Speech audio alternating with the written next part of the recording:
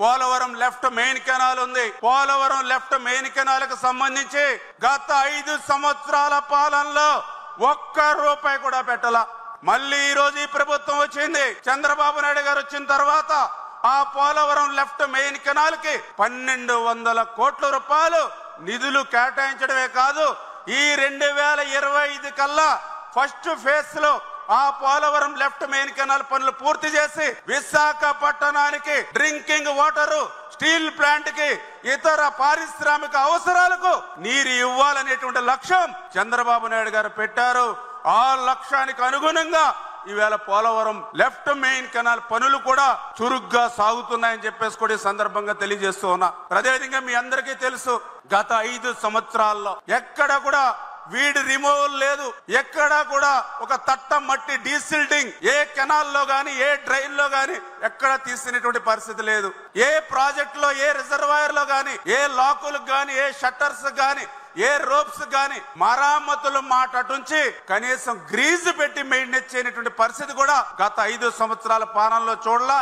మళ్ళీ ఈ సంవత్సరం చంద్రబాబు నాయుడు గారు వచ్చిన తర్వాతే ఇప్పటికి మెయింటెనెన్స్ కిందే దగ్గర 700 కోట్ల రూపాయలు ఇచ్చారని అంటే ఇరిగేషన్ మెయింటెనెన్స్ మీద చంద్రబాబు నాయుడు గారు ఉన్నటువంటి చిత్తశుద్ధికి ఒక నిదర్శనం అని చెప్పి తెలియజేసుకుంటూ, మరి అదేవిధంగా ఈ రోజు మరి రాయలసీమ, ఎందుకంటే మీ అందరికీ తెలుసు ఈవేళ రాయలసీమ అంటే తెలుగుదేశం పార్టీకి ఎప్పుడు కూడా ఒక మంచి అనుబంధం ఉంది. ఈ రోజు ఒక తెలుగు గంగ, హంద్రీనివ, గాలేరు నగరి, హెచ్ఎల్సి, ఎల్ఎల్సి, మరి కడప, కర్నూలు, కేసీ కెనాల్, ఇట్లా ఏ ప్రాజెక్ట్ చెప్పినా ఏ రిజర్వాయర్ చెప్పినా తెలుగుదేశం పార్టీ అన్న ఎన్టీఆర్, చంద్రబాబు నాయుడు గారే గుర్తుకొస్తారు. అటువంటి రాయలసీమకి మీ అందరికీ తెలుసు, ఆ రోజు 14-19లో ఆ రోజు 5 సంవత్సరాల్లో రాయలసీమ ఇరిగేషన్ కి 12,000 కోట్లు పెడితే, మరి తర్వాత వచ్చినటువంటి ప్రభుత్వం 5 సంవత్సరాల్లో బడ్జెట్ డబుల్ అయినా కేవలం 2,000 కోట్ల రూపాయలే రాయలసీమకి ఇరిగేషన్ పెట్టింది అని అంటే నాకు తెలుసుండే రాయలసీమకు ఏ ముఖ్యమంత్రి చేయనటువంటి ద్రోహం దగ గత పాలనలో ఉన్నటువంటి ముఖ్యమంత్రి చేశాడనే విషయాన్ని ఈ సందర్భంగా తెలియజేసుకుంటూ, అందుకు ఉదాహరణే హంద్రీనివ. మొన్ననే మీరు చూసారు హెచ్ఎన్ఎస్ఎస్ కు సంబంధించి మరి ఏదైతే 3,800 కోట్ల రూపాయలు ఏ ప్రాజెక్ట్ కి కేటాయించినటువంటి విధంగా హంద్రీనివకు చంద్రబాబు నాయుడు గారు మన బడ్జెట్ లో కేటాయింపులు చేయడమే కాదు, ఖచ్చితంగా రేపు 2025 జూన్ జూలై కల్లా ఆ యొక్క హెచ్ఎన్ఎస్ఎస్ పూర్తవ్వాలని లక్ష్యం చంద్రబాబు నాయుడు గారు నిర్దేశించారని అంటే, ఎందుకు ఈ మాట చెప్తూ ఉన్నానంటే 2019-2024 5 సంవత్సరాల్లో జగన్మోహన్ రెడ్డి ఆ హెచ్ఎన్ఎస్ఎస్ మీద ఒక్క రూపాయి పెట్టలేదు, ఒక తట్ట మట్టి తీయలేదు. ఆఖరికి హెచ్ఎన్ఎస్ఎస్ మీద మోటార్ల కరెంటు బిల్లులు కూడా ఎగ్గొట్టేసినటువంటి పరిస్థితి అనే విషయాన్ని కూడా సందర్భంగా తెలియజేసుకుంటూ, మరి అదేవిధంగా ఈ రోజు చంద్రబాబు నాయుడు గారు కూడా మాకు ఎప్పుడు కూడా ఒకటే చెప్తూ ఉంటారు, ఒక సంవత్సరం వర్షాలు బాగా పడితే ప్రతి నీటి బొట్టుని కూడా ఒడిసి బట్టి రాబోయేటువంటి 1-2 సంవత్సరాలు వర్షాలు పడకపోయినా కూడా నిల్వ చేసుకోవాలని. అందుకే ఈ రోజు మరి ఈ రాయలసీమలో ఏ రిజర్వాయర్ చూసినా ఒక గోరకొల్లు గాని, ఒక అవుకు గాని, గండికోట, మైలవరం, చిత్రావతి, పైడిపాలెం, సర్వరాయ సాగర్, కృష్ణసాగర్, ప్రతికొండ, జీడిపల్లి, గొల్లపల్లి, ఇలా ఏ రిజర్వాయర్ చూసినా కూడా మరి ఖచ్చితంగా ఈ రోజు పెద్ద ఎత్తున మరి నిల్వ.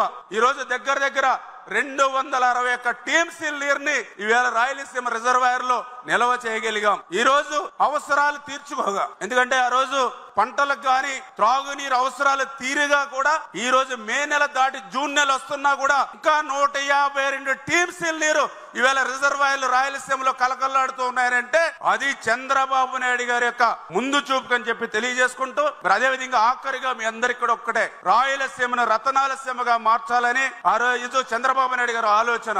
పోలవరం, బనకచెర్ల ఏదైతే మా గోదావరి మా జిల్లాల నుంచే ప్రవహిస్తూ ఉంటుంది. ప్రతి సంవత్సరం 3,000 టీఎంసీల నీరు వృధాగా సముద్రంలోకి పోతూ ఉంది. అటువంటి వృధాగా పోయేటువంటి 3,000 టీఎంసీల నీరులో 200 టీఎంసీల నీరు తీసుకుని దాన్ని మరి ఏదైతే తెలుగు తల్లికి జలహారతి కింద మరి 3 విడతలుగా 3 దశల్లో ఏదైతే Polavaram to Krishna, Krishna to Bollapalli, Bollapalli to Banakacherla, ఇట్లా 3 దశల్లో 80,000 కోట్ల రూపాయలు పెట్టి ఆ పోలవరం బనకచెర్ల పూర్తి చేస్తే దగ్గర 80 లక్షల మంది ప్రజలకు త్రాగునీరు లభిస్తుంది.